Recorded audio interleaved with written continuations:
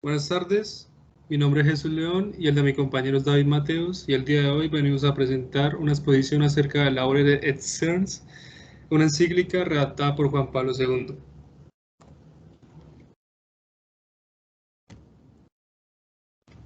Para desarrollarnos en esta exposición decidimos sacar unas ideas principales las cuales nos servirán como guía para desarrollar una correcta exposición sobre el tema.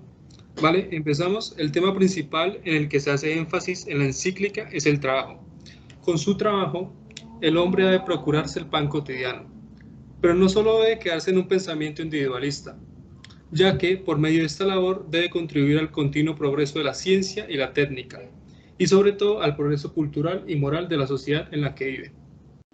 El trabajo es definido en la encíclica como todo tipo de actividad que puede realizar el hombre con sus características otorgadas por los dones de Dios. Siendo así, el trabajo es una de las características que distinguen al ser humano del resto de criaturas creadas por el Señor. Claro, se nos otorga esta actividad, pero con esta distribución de trabajo se nos brinda una serie de dignidades y derechos innatos del trabajador. Esto es por parte de la Iglesia. Dicho en la encíclica, toda actuación que sea completamente negligente hacia el trabajador o cualquier tipo de denuncia que se tenga que hacer es por parte de la Iglesia el encargado de hacer valer todos los derechos y dignidades del trabajador. Aquí es donde podemos empezar a evidenciar de una forma u otra los principios generales del trabajador, donde se destacan principalmente la protección al trabajo, la igualdad y la dignidad. Y uno en particular, que fue el que más nos llamó la atención y en el cual es donde más vamos a hacer énfasis, es la voluntad de la persona. Ya que pues en el acápite del libro Génesis, que nos mencionan en la encíclica, nos dice que el trabajo constituye una dimensión fundamental de la existencia humana sobre la Tierra y que esto realmente traza las relaciones que tiene la persona en su existencia. Es aquí donde nos preguntamos realmente si es voluntad de la persona trabajar o es como si de alguna u otra forma ya viniéramos programados para hacerlo desde que nacemos. Claro, obviamente, aquí entra un poco a correlación el tema de que cada persona se supone que está trabajando en lo que quiere o en lo que lo hace feliz. Y aunque en teoría esto suena bastante bien y alentador, nos encontramos que la realidad es completamente diferente. Bueno, dando un pequeño ejemplo, podemos encontrar gente que estudió y se preparó en una carrera profesional y optaba por un buen trabajo. Y pues tú la puedes ver y están realmente desempleados o trabajando de algo que sinceramente no llena sus expectativas. Y es algo completamente extraño, ya que en la encíclica nos habla sobre que el trabajo no es resultado del pecado de Adán, sino que fue dado para la humanidad desde el momento de la creación. Esto lo que quiere decir es que el trabajo es algo por lo cual nosotros optamos y no el trabajo opta por nosotros. Juan Pablo II argumenta que es esencial para la naturaleza humana y que el hombre es sujeto de trabajo. Por eso considera vital humanizar el trabajo antes de la presencia de las máquinas. Esto básicamente lo que quiere decir es que la persona siempre estará por encima del trabajo y no el trabajo por encima de la persona. Esto es una forma que, como lo mencionaba en la encíclica, sometimiento a la tierra. Indica que todos los recursos que la tierra en sí y que mediante la actividad que nosotros desarrollamos como hombres nos aprovechamos de estos recursos para subsistir. Claro, esto suena pues, bastante bien, pero no deja de ser evidente esas injusticias del por qué algunas personas tienen mayores oportunidades que otras. Juan Pablo II reconoció el pleno derecho al trabajo y que el problema de lograr este objetivo es sobre la organización y no la falta de recursos. Básicamente él dice que, oye, nosotros tenemos recursos para completamente hacer lo que queramos. Lo que pasa es que los que están organizando todo esto, pues no quieren que todos tengan los recursos y ellos quieren quedarse básicamente con todo. Una pregunta que me hace pensar el tema de la encíclica que menciona Juan Pablo II y es que si en el libro Génesis dice que nosotros realmente existimos para trabajar, entonces ¿por qué existe la fatiga? ¿Por qué nos cansamos si nuestro cuerpo está completamente diseñado para trabajar? Juan Pablo traza una diferencia entre trabajo y fatiga. El trabajo es una parte integral del hombre, como ya lo mencionaba antes, mientras que la fatiga, según el Génesis, fue consecuencia del pecado. Esto quiere decir que el primer humano que existió, que fue creación de Dios, al pecar, mediante esta situación, Dios optó por darnos esta consecuencia de que sí, somos humanos hechos para trabajar, pero ya que una persona falló, va a ser castigada de esta forma, que es la fatiga. Y que realmente Dios nos castigó de esta forma para que existiera la laboriosidad, que es como que si tú quieres comer, pues tienes que sudarla. La encíclica nos muestra dos formas de ver el trabajo, que es en sentido objetivo y subjetivo. El trabajo en sentido objetivo es la técnica que ya mencioné con anterioridad, que es someter a la tierra, que básicamente es aprovechar todos los recursos que tiene la tierra y mediante esto subsistir, sobrevivir. Y el trabajo en sentido subjetivo, y es que el hombre es sujeto del trabajo. Esto básicamente lo que quiere decir es que el hombre siempre estará por encima de cualquier cosa que haya creado el mismo hombre. Esto quiere decir y hace énfasis en el sentido de que al pasar del tiempo van a crear nuevas máquinas. Y eso se ha visto mucho en la época de la industrialización, el hecho de que algunas máquinas ya están reemplazando a los hombres. Entonces, este sentido subjetivo lo que quiere decir es que pese a que algunas máquinas ya están haciendo el trabajo de los hombres, no hay que olvidar que estas máquinas fueron creadas por hombres. Y lo que quiere decir básicamente es que el hombre siempre estará por encima de todo. Porque si el hombre no hubiera creado las máquinas, pues simplemente las máquinas no hubieran existido y las máquinas no hubieran, por decirlo así, quitado el trabajo a los hombres. Y ya para finalizar mi parte de la exposición, voy a hacer una cápide sobre el mundo moderno que habla Juan Pablo II.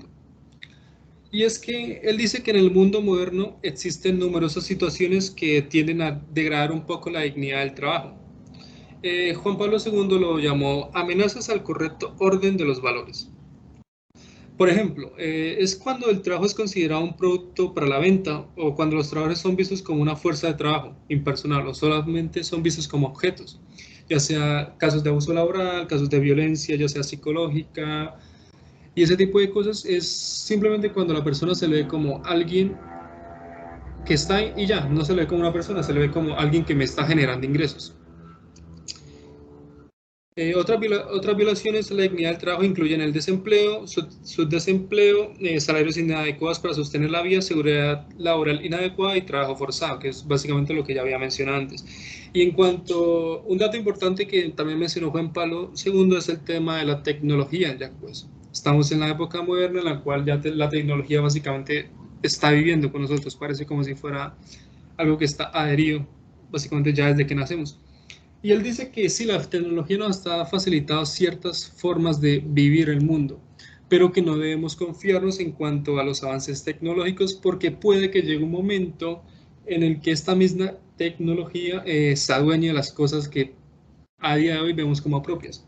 Entonces, básicamente lo que él dice, sí, oye, es bueno que la tecnología exista y que nos ayuda a realizar ciertas actividades que sin ellas serían más costosas, pero no quiero que llegue el momento en que los robots o una fuerza inteligente superior nos reemplace. Y listo, básicamente es eso todo por mi parte. Ahora le doy la palabra a mi compañero David, que seguirá con los otros temas de la encíclica. Muchas gracias, Jesús. ¿Puedes pasarla?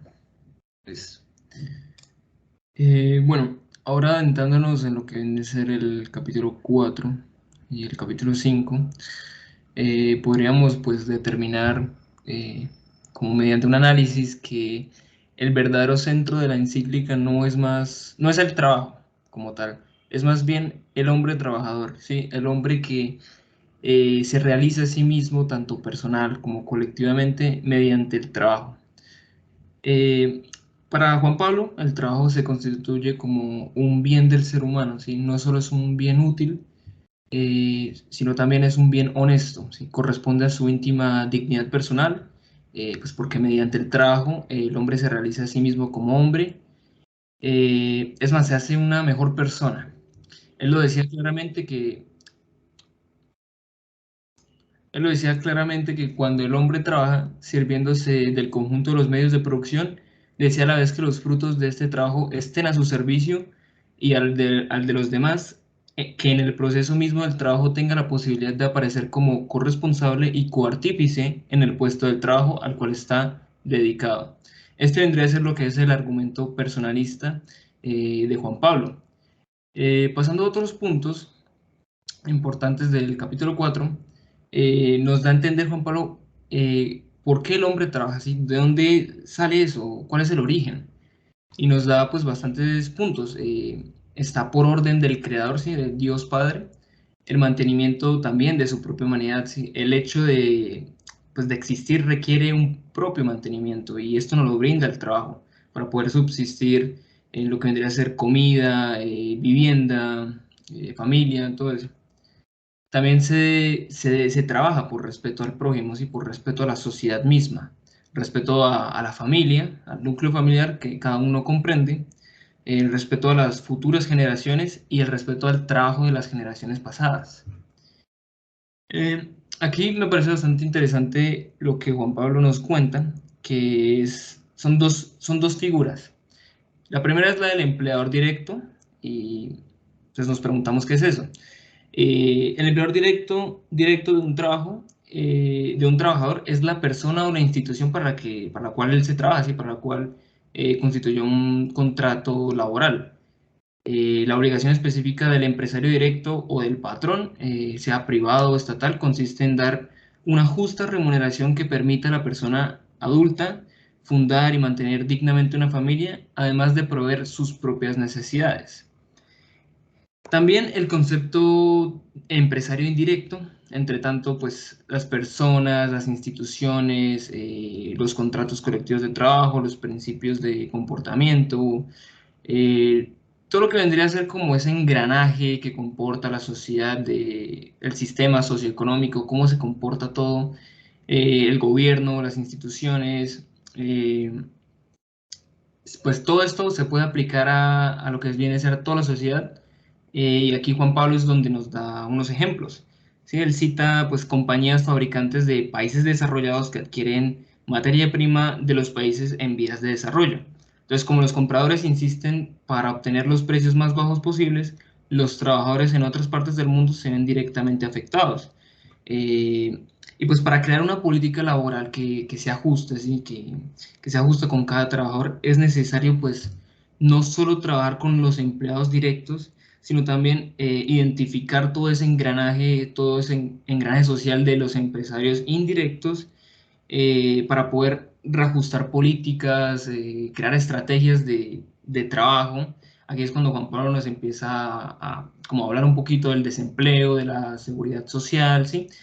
Y nos dice, por supuesto, que sugiere que el trabajo corresponde a los gobiernos y a las organizaciones internacionales como la ONU o la OIT. Entonces aquí, después de mencionar esas organizaciones, él nos empieza a hablar del problema del empleo. Entonces Juan Pablo discute la necesidad de tomar medidas contra el desempleo, lo califica como una verdadera calamidad social y un problema de carácter moral y económico. Es que esta obligación de prestar subsidio a los desocupados, él decía que pues es deber de todos los empresarios indirectos de crear pues estrategias para que estas cosas no ocurran. Como lo decía mi compañero Jesús, pues esto es un problema que aqueja pues a la sociedad. Los jóvenes de hoy en día pues estudiamos y nos matamos para estudiar y no encontramos trabajo, no encontramos oportunidades laborales para pues a crecernos como personas y poder constituir una sociedad pues justa y que tenga bastantes oportunidades. Eh, También él defendía pues todo lo que vendría a ser el salario familiar en miras pues de la revalorización de las funciones maternales de la mujer. Juan Pablo pues defendía bastante esa tarea de la mujer, de la maternidad, de educar al hijo, y por eso él propone un salario familiar justo pues para que las mujeres no tuvieran la necesidad de salir a trabajar porque el sueldo del padre de familia no alcanza y que pues por una parte podríamos ver que él prefiere como que las mujeres se queden en la casa a cuidar a los niños, ¿sí? A brindarles amor, cariño, cuidado, pues para ser personas responsables. Eso se podría ver desde una perspectiva, pero en realidad lo que él defiende es ese rol de la mujer tan importante en la sociedad y pues por supuesto no hay que victimizarlas, no hay que creer que son inferiores para nada. Él reivindica ese rol y le parece como que se debería darle más importancia a eso. Pues también él reconoció la necesidad de que el trabajador posea un seguro social y vacaciones. Y aquí es cuando empieza a hablarnos de la importancia de los sindicatos, ¿sí? El Papa considera entonces, pues, es que es un elemento indispensable en la vida social, ¿sí? Un método quizás como utilizado para perseguir los derechos justos de los miembros de las empresas. Aquí pues él nos habla de ese método que se llama la huelga o el cese del trabajo. Y ese método pues es reconocido por la doctrina católica como legítimo, pero solo en las condiciones apropiadas y dentro de los límites justos, ¿sí? No es algo de lo que podrían abusar los trabajadores. Esas exigencias sindicales no pueden transformarse en una especie de egoísmo de grupo o de clase. Eso no puede suceder según el Papa. Ya también hablando de más cuestiones sobre la seguridad social, él hablaba de los derechos de los trabajadores, recuerda pues la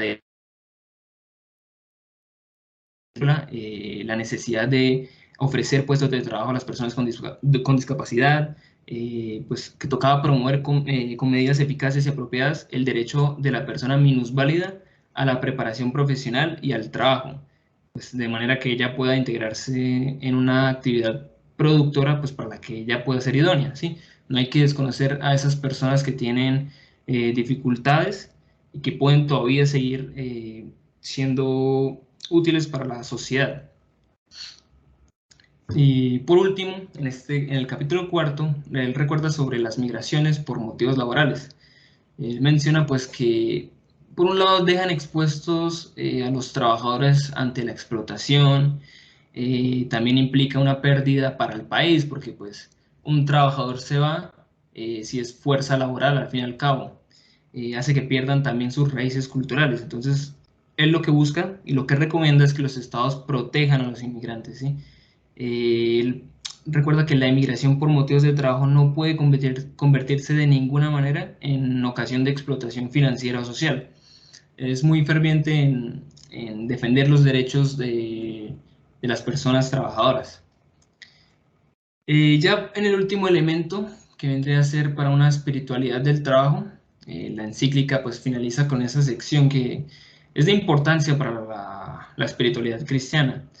Y me parece pues bastante interesante que Juan Pablo alienta a la iglesia a desarrollar y enseñar una espiritualidad del trabajo. Sí, porque a veces quizás las personas se sientan nada más a trabajar, se siente como parte de un engranaje, algo que no tiene sentido, ¿sí? Solo vienen a vivir para trabajar y ya, pero no. Él piensa que el trabajo es la participación en la obra del Creador y del Redentor, porque Jesucristo mira a trabajar con amor porque él mismo era un obrero, sí, él mismo era un carpintero. Entonces, decía él que los seres humanos comparten sus actividades con la acción de Dios. El trabajo propio imita a la acción de Dios y le otorga dignidad al trabajador. Eh, Él habla también que la fatiga, ¿sí? Soportando la fatiga del trabajo en unión con Cristo crucificado por nosotros, el hombre colabora en cierto modo con el Hijo de Dios en la redención de la humanidad. Entonces él pensaba que de alguna manera la fatiga que una persona pueda sentir en el trabajo es como que se correspondía con la redención que tuvo Jesucristo para la humanidad. Entonces eso como que nos conecta a todos en el sentido de que todos estamos aquí en unidad desde una visión pues teológica y creyente, ayuda pues a los hombres a acercarse a Dios de una forma u otra y pues a participar en su plan de salvación, lo que me parece pues bastante interesante para darle una perspectiva teológica al trabajo. Y eso vendría a ser el final del capítulo cuarto y quinto. Ya vendríamos a pasar con el caso, que vendría a hablarlo mi compañero Jesús. Vale, muchas gracias, David. Entonces, a continuación, Les presentaremos el caso que decidimos traer a correlación y es sobre un caso de acoso laboral. Sucedió en la Ciudad de México y fue a la señora Berenice. Para empezar, hay que aclarar que el acoso laboral se desprende de la violencia laboral y la violencia laboral se desprende de la violencia de género. Este acoso laboral está caracterizado por algunas situaciones, hechos, palabras que afecten la autoestima, la salud, la integridad, la libertad, seguridad y el desarrollo de una persona. Para ponernos en contexto, hablaremos de la señora Berenice, una señora que terminó exitosamente sus estudios en Culiacán de Administración de Empresas. Al terminar sus estudios, ella empezó a trabajar en Culiacán durante un año que estuvo ahí trabajando en la institución en la cual se había graduado. Después de un año y gracias a algunas referencias por parte de su jefe en ese momento, ella se le dio la oportunidad de viajar a la Ciudad de México para trabajar como oficinista. La paga era buena. El grado era aún mayor y estábamos hablando de optar por un puesto que le daría más nombre, ya que por decirlo así ella apenas estaba empezando en su etapa laboral y era una gran oportunidad para ella. ¿Qué pasó? Lo primero que ella evidenció al llegar a la Ciudad de México es que en Culiacán, lugar donde ella residía, había muchas mujeres y era muy común ver a mujeres trabajando.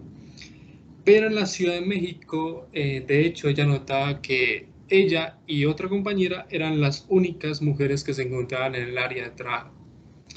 Desde ahí, ella narra que empezaron los problemas, ya que al momento de llegar, los demás hombres ya la veían con mala cara, hacían chistes al respecto de ella, de su físico, para hacerla sentir mal, y básicamente decían que por qué se había contratado a una mujer si un hombre puede hacer lo mismo y hasta más.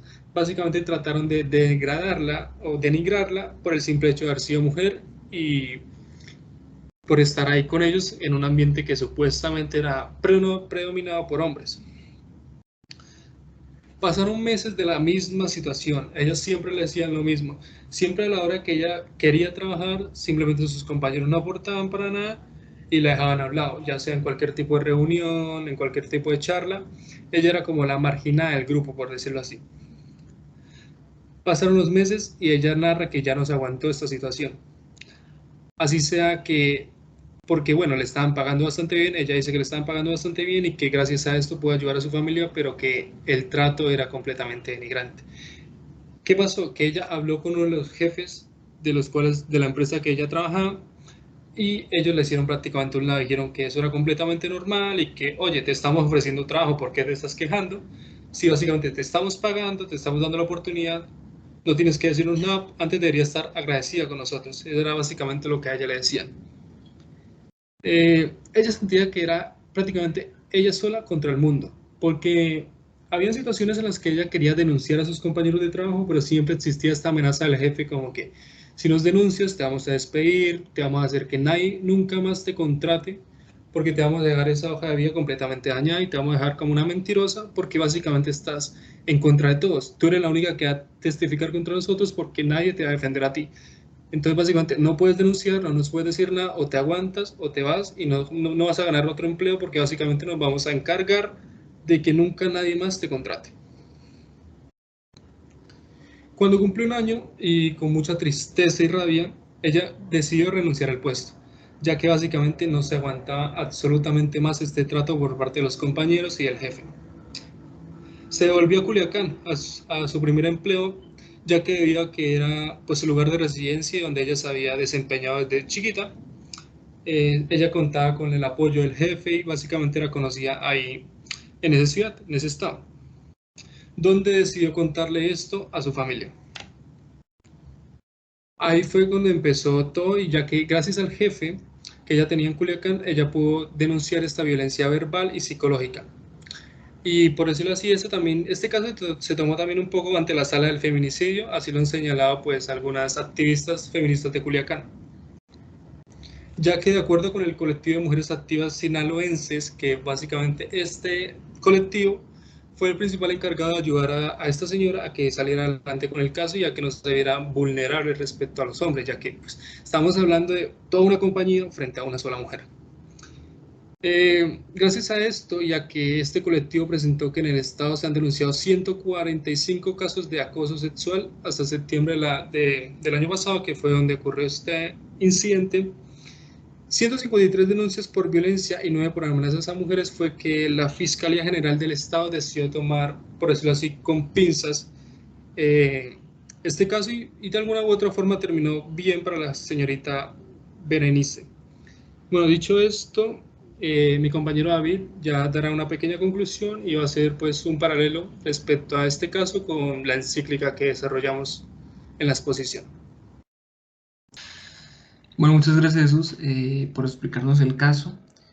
Y pues, a mi modo de ver, listo, Juan Pablo no nos habló necesariamente del acoso laboral en la encíclica, pero pues por el subtexto de todo lo hablado y acontecido en la encíclica, de cómo él le daba esa importancia al concepto del trabajo, de cómo enaltece a una persona, cómo la dignifica, cómo la hace crecer tanto personal como colectivamente, como espiritualmente, pues me parece que es un tema bastante importante a tratar. Entonces yo considero que la figura de la que nos habló Juan Pablo, del empresario indirecto, de cómo este sistema social, económico, tanto el Estado como también organismos internacionales, instituciones, las propias personas, pues como son todo un engranaje social, deberíamos mirar estos asuntos, mirar estos casos para poder prevenirlos, pues para poder lograr lo que Juan Pablo pues, nos decía en la introducción.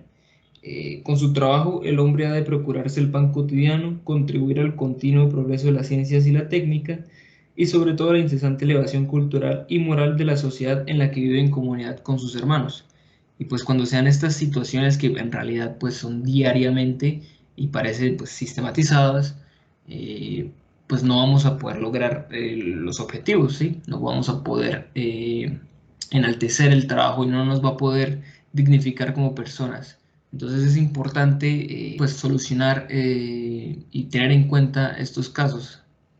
Muchas gracias.